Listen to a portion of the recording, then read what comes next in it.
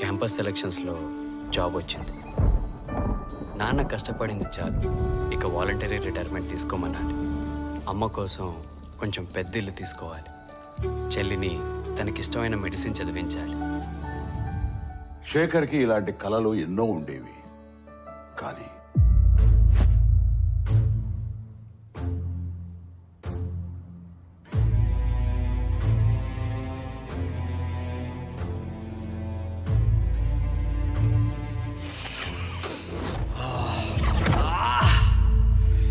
Drugs అలవాటయ్యాక శేఖర్కి తన కలలతో పాటు జీవితంలో మరెన్నో దూరం అయ్యాయి. అమ్మా, స్టోర్కి వెళ్ళొస్తానమ్మా. ఇలా ఒక్క శేఖరే కాదు, ఎందరో యువకులు ఈ డ్రగ్స్కి ఆకర్షితులై తమ జీవితాల్ని